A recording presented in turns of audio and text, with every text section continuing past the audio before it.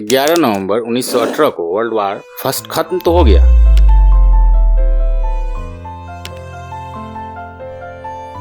लेकिन उसके बाद जो विरासत में छोड़ी वो दुनिया को और ज्यादा खतरनाक सिचुएशन में ले गई।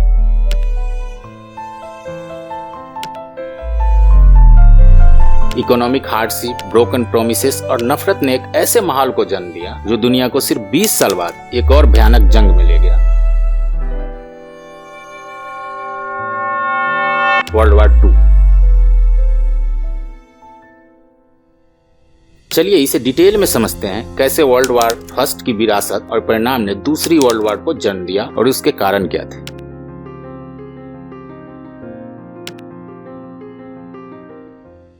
द ट्रीटी ऑफ वर्साइल्स या पीस ऑफ ट्रीटी उनमें से एक कारण था। वर्ल्ड वार फर्स्ट जो 11 नवंबर 1918 को खत्म हुआ, उसके कुछ महीने बाद 28 जून 1919 को ट्रीटी ऑफ वर्साइल्स साइन हुई। इस समझौते ने जर्मनी को सिर्फ वर्ल्ड वार फर्स्ट का मुजरिम ही नहीं ठहराया बल्कि जलील भी किया। ट्रीटी साइन करने के लिए ये जगह इसलिए चुनी गई थी ताकि फ्रांस की जीत को दिखाया जा सके, क्योंकि वर्साइल्स का हिस्टोरिकल एंड सिंबॉलिकल इंपॉर्टेंस था जर्मनी एंड फ्रांस दोनों के लिए। बात ये थी कि जर्मन एम्पायर को 1871 में जर्मनी की फ्रैंको पर्शियन वार में जीत के बाद पैलेस ऑफ वर्साइल्स का हॉल ऑफ मिरर में ही अनाउंस किया गया था। तो इसी जगह पे ट्रीटी साइन करके एलाइज ने दिखाया कि फ्रांस ने अपनी पुरानी इज्जत वापस ले ली और 1871 के ह्यूमिलेशन का जवाब फ्रांस ने जर्मनी को ह्यूमिलेट जलील करके दिया और अपना बदला भी लिया। और एक हिस्टोरिकल सिंबॉलिकल इंपॉर्टेंस ये भी था कि पैलेस ऑफ वर्साइल्स को 17th सेंचुरी में किंग लुइस 14 ने बनवाया था और ये फ्रेंच मोनार्की का रेसिडेंस था और जर्मनी को अपने कई इलाके भी छोड़ने पड़े, जैसे कि अल्सासे लोरेन। ये एरिया फ्रांस को वापस दे दिया गया था। पहले ये जर्मनी ने 1870-1871 के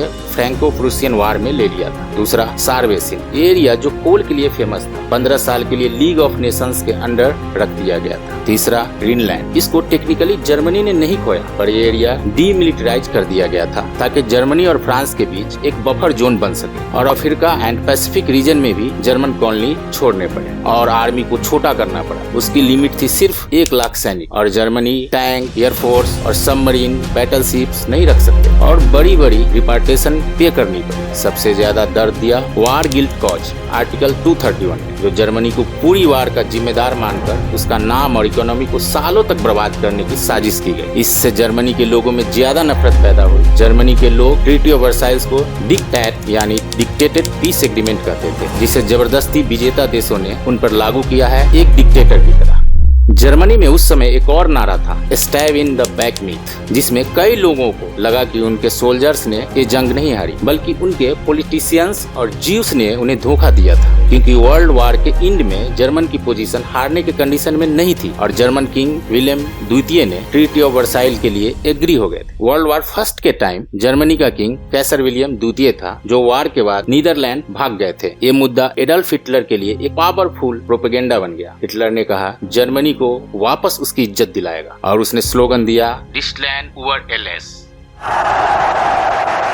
जिसे इंग्लिश में कहते हैं जर्मनी एबव ऑल। लेकिन जर्मनी के अलावा भी कई कंट्रीज को ये ट्रीटी पसंद नहीं आई, जैसे इटली और हंगरी, जिन्हें वर्ल्ड वार फर्स्ट के वक्त कुछ प्रोमिसेस किए गए थे लेकिन बदले में उन्हें कुछ ज्यादा नहीं मिला। जापान भी खुश नहीं था। जापान ने वर्ल्ड वार फर्स्ट में बहुत बड़ा रोल निभाया था। उनके ब्रेव सोल्जर्स ने वेस्टर्न एलाइज के साथ मिलकर सेंट्रल पावर्स को हराया। ये बहुत बड़ी जीत थी और जापान बहुत खुश था, लेकिन उनका सारा सपना और खुशी ट्रीटी ऑफ वर्साइल के बाद गुस्सा एंड फ्रस्ट्रेशन में बदल गया। ट्रीटी ऑफ वर्साइल कॉन्फ्रेंस में जापान ने ड्रीम किया था कि दुनिया में सभी रेसेस यानी सभी सभ्यता एंड एम्पायर्स को इक्वल ट्रीट किया जाएगा, लेकिन उनके प्रपोजल को रिजेक्ट कर दिया गया, जो जापान के लिए बहुत ही दुखदाई और इंसल्ट कर देने वाला डिसीजन था। जापानीज के लिए और एक बहुत बड़ा रिमाइंडर था कि दुनिया में अभी भी रेसिज्म है और जापान ये भी चाहता था कि उनकी पैसिफिक आइलैंड में भी कंट्रोल हो, जैसे मरीना आइलैंड, कैरोलिन आइलैंड और मार्शल आइलैंड। ये सब जापान को लीग ऑफ नेशन से मिला था। चाइना में भी जापान को बहुत इन्फ्लुएंस था और उन्होंने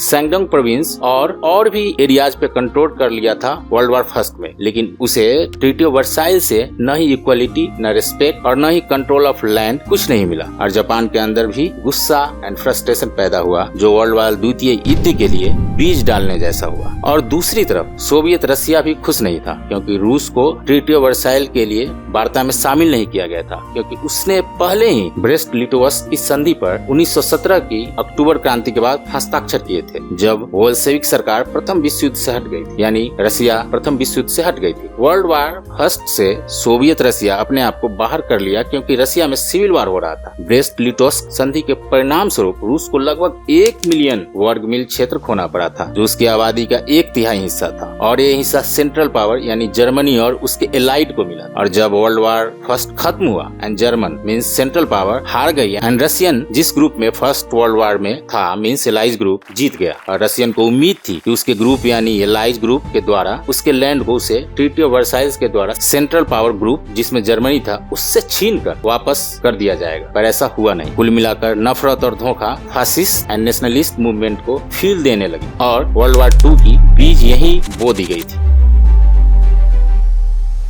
दूसरा कारण था डिक्टेटर्स का उदय और फासिज्म सोच का आना, जिसकी वजह से हिटलर, मुसेलिनी और स्टालिन जैसे डिक्टेटर सत्ता में आए। वर्ल्ड वार फर्स्ट के बाद का माहौल डिक्टेटर्स के लिए परफेक्ट बन गया। जर्मनी में एडल्फ हिटलर और इटली में बेनिटो मुसेलिनी जैसे लीडर्स आए, जिन्हें अपने देश की बुरी हालत में लीडर बनने का मौका दिया। अक्टूबर 1922 में मुसेलिनी ने अपनी मार्च ऑन रोम की। मार्च ऑन रोम एक पॉलिटिकल इवेंट्स था जो अक्टूबर 1922 में इटली में हुआ। बेनिटो मुसेलिनी और उसकी फेसिस्ट पार्टी ने यह मार्च ऑर्गेनाइज किया था, जिसमें हजारों फेसिस्ट सपोर्टर्स रोम की तरफ चल बढ़े, ये डिमांड करते हुए कि मुसेलिनी को इटली का लीडर बनाया जाए। इस मार्च के बाद बिना ज्यादा रेसिस्टेंस के किंग विक्टर इमैनुअल III ने मुसेलिनी को प्राइम मिनिस्टर बना दिया और ये इटली में फासिस्ट रूल की शुरुआत थी। उसका स्लोगन था बिलीव, ओबे एंड फाइट, क्रेडर, ओबेडायर एंड कॉम्बेटर। और दूसरी तरफ जर्मनी में हिटलर ने नाजी पार्टी का नेतृत्व संभाला और 1933 तक चांसलर बन गया। उसने लेवेंसरम यानी लिविंग स्पेस की सोच को प्रमोट किया, जो कहती थी कि जर्मनी को ईस्टर्न यूरोप और यूएसएसआर सोवियत रसिया तक अपनी जगह बढ़ानी है। हिटलर की दूसरी सोच थी आर्यन रेस और मास्टर रेस। हिटलर का मानना था प्योर जर्मन लोग आर्यन हैं और आर्यन सबसे प्योर ब्लड वाले हैं और सुपीरियर हैं। उन्हें सबसे बेहतर जिंदगी जीने और सबसे बेहतर जगह और सबसे ज्यादा जगह चाहिए। और आपको जानकर हैरानी होगी कि हिटलर एक myth story lost city of Atlantis में बिलीव करता था और कहता था Germany lost city of Atlantis है, जिस देश के बारे में आप एक्वामैन मूवी में देखते हैं। और उसने आर्यन रेस, लेवेंसरम यानी लिविंग स्पेस जैसे सोच को प्रमोट किया और इन्हीं सब सोच का अंजाम होलोकॉस्ट जैसा घटना को जन्म दिया, जिसे नीच जाति यानी आर्यन से नीचे जाति वाले जैसे कि ज्यूज एंड स्लेविक लोगों को मारा, लगभग 60 लाख लोगों। और हिटलर का फोकस पोलैंड और सोवियत यूनियन पर था, जो उसके सोच एंड जर्मन लोगों में हिटलर के प्रति विश्वास बनाए रखने के लिए जरूरी था और उसके फासिज्म एंड डिक्टेटरशिप के लिए भी जरूरी था। हिटलर ने रीआर्मामेंट के लिए सिविलियन प्रोजेक्ट्स जैसे रोड कंस्ट्रक्शन को एक एक्सक्यूज बनाया ताकि जर्मन मिलिट्री सेक्रेटली रीबिल्ड कर सके, यानी गुप्त रूप से जर्मन मिलिट्री को बनाया जा सके। मीनवाइल जोसेफ स्टालिन ने यूएसएसआर में अपना डिक्टेटरशिप एस्टेब्लिश किया। 1924 में लेनिन की मौत के बाद स्टालिन पावर में आया और अपने दुश्मनों को मारकर या हत्या कर यूएसएसआर के एक स्ट्रॉन्ग सुपर पावर बनाने लगा। स्टालिन ने अपनी ब्रूचुअल पॉलिसी जैसे ग्रेट पर जो 1936 से 1938 तक चलाया एक पॉलिटिकल कैंपेन था, जिसमें उसने अपने दुश्मनों को खत्म करने की साजिश की। बहुत सारे लोगों को अरेस्ट किया गया, उन्हें मार दिया गया या फिर जेल भेज दिया गया, चाहे वो पार्टी के लीडर्स हो या आम नागरिक। इससे स्टालिन के कंट्रोल तो बढ़ गया, लेकिन लोगों में डर और सोवियत यूनियन में आपस में पॉलिटिकल मतभेद भी बढ़ गए।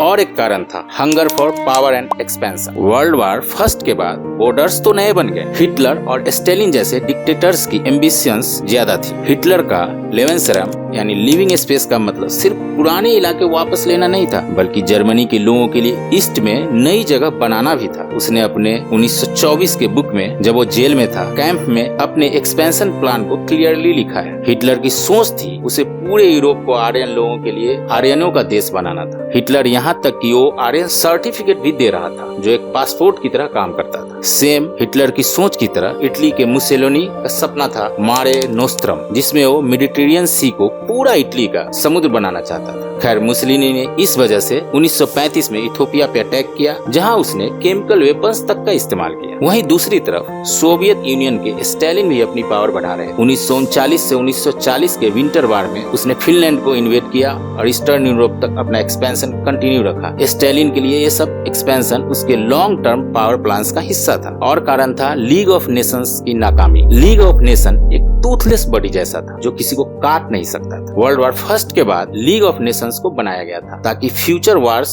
रोकी जा सके, लेकिन ये सिर्फ नाम का ही बना रहा। लीग के पास कोई रियल पावर नहीं। जापान ने पहले कोरिया को एनेक्स करके जापान में मिला लिया। फिर सबसे पहला टेस्ट आया लीग ऑफ नेशन का जब 1931 में जापान ने मंचूरिया को भी इन्वेट किया और जापान ने एक false flag operation Mukden incident plan करके चाइना पर इल्जाम लगाया। तब लीग ऑफ नेशन ने सिर्फ कंडेम किया लेकिन किया कुछ नहीं। सेम चीज हुई इटली के इथोपिया इन्वेंशन के वक्त। लीग ने सैंक्शंस तो लगाई लेकिन मुसोलिनी ने इग्नोर कर दिया और अपनी आर्मी को कंटिन्यू रखा। जर्मनी ने भी 1936 में ग्रीनलैंड को रीमिलिटराइज कर दिया, जबकि ये ट्रीटी ऑफ वर्साइल्स का खुला वायलेशन। लीग सिर्फ देखता रहा और हिटलर और मुसोलिनी जैसे डिक्टेटर्स को समझ आ गया कि लीग उन्हें नहीं रोक सकती, यानी लीग ऑफ नेशन फेल था।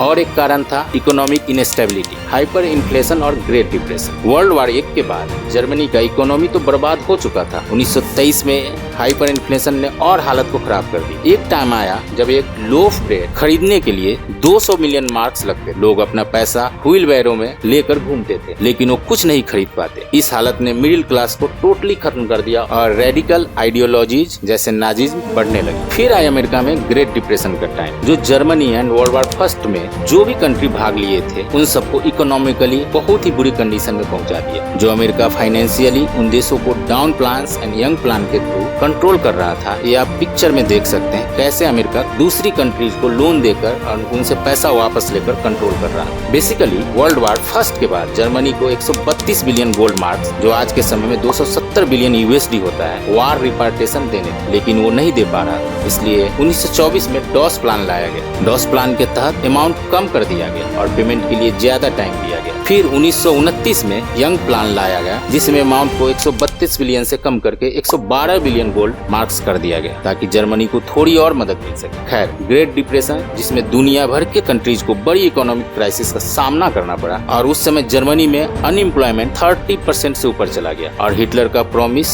कि वो जर्मनी को दोबारा मजबूत करेगा लोगों के दिल जीतने लगे। हिटलर का फेमस कोट था, Give me 10 years and you will not recognize Germany। और उसने military buildup, war and expansion के जरिए ये वादा पूरा किया। और भी कारण था जैसे कि breach of agreements, especially 2 agreement, the Munich agreement and Nazi Soviet pact agreement. सबसे पहले ब्रीच हुई म्यूनिच एग्रीमेंट जो 30 सितंबर 1938 को किया गया था, जब British prime minister Neville Chamberlain ने हिटलर को सडेटेनलैंड, जो चेकोस्लोवाकिया के एक हिस्सा था, को लेने दिया, सिर्फ इस प्रॉमिस के बदले कि हिटलर आगे एक्सपेंशन नहीं करेगा। चैम्बरलैंड ब्रिटेन लौट कर बोले पीस फॉर आवर टाइम, लेकिन विद इन 6 मंथ हिटलर ने चेकोस्लोवाकिया के बाकी हिस्सों पर भी कब्जा कर लिया। हिटलर के प्रोमिसेस बेकार साबित हुए और म्यूनिच एग्रीमेंट को ब्रीच कर दिया गया। और एक बड़ी ब्रीच थी मोलोटोव रिबेनट्रॉप एग्रीमेंट, जो रसिया एंड जर्मनी के बीच अगस्त 23, 1939 को हुआ था। इसमें ये एग्रीमेंट हुआ था जर्मनी और रसिया पोलैंड को आपस में बांट लेंगे और दूसरा मंशा ये भी था हिटलर का कि वो अपने ईस्टर्न फ्रंट को सिक्योर करना चाहता था और रसिया ये चाहता था कि इस पैक्ट के तहत उसे टाइम मिल जाएगा अपने पावर्स को बढ़ाने के लिए। यानी स्टालिन चाहते थे कि इस पैक्ट के तहत उन्हें टाइम मिल जाएगा अपने पावर को बढ़ाने के लिए, बट ये एग्रीमेंट भी बाद में जाकर टूट गया। और सबसे तत्कालिक कारण था वर्ल्ड वॉर की शुरुआत का, वो था पोलैंड का इन्वेंशन। वर्ल्ड वॉर द्वितीय ऑफिशियली शुरू हुआ 1 सितंबर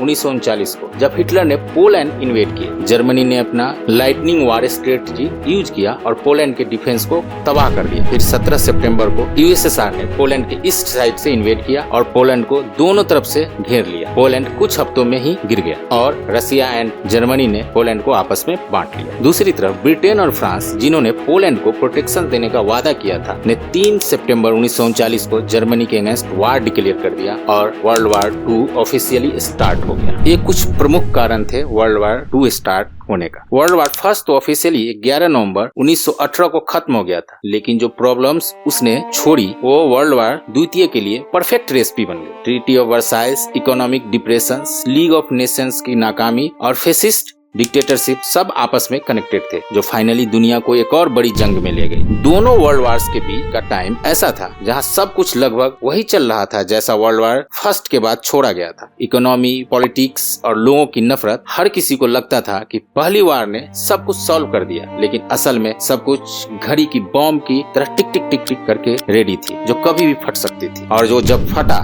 दुनिया में सिर्फ दुख और बर्बादी लाई, जो वर्ल्ड वार द्वितीय को स्टार्ट किया। तो ये थी वर्ल्ड वार फर्स्ट की असली लेगेसी जो द्वितीय विश्व युद्ध में बदल। आज के वीडियो में बस इतना, मिलते हैं किसी अगले वीडियो में। और अगर हमारी मेहनत आपको पसंद आई हो तो इस वीडियो को लाइक, शेयर और सब्सक्राइब जरूर करें। धन्यवाद।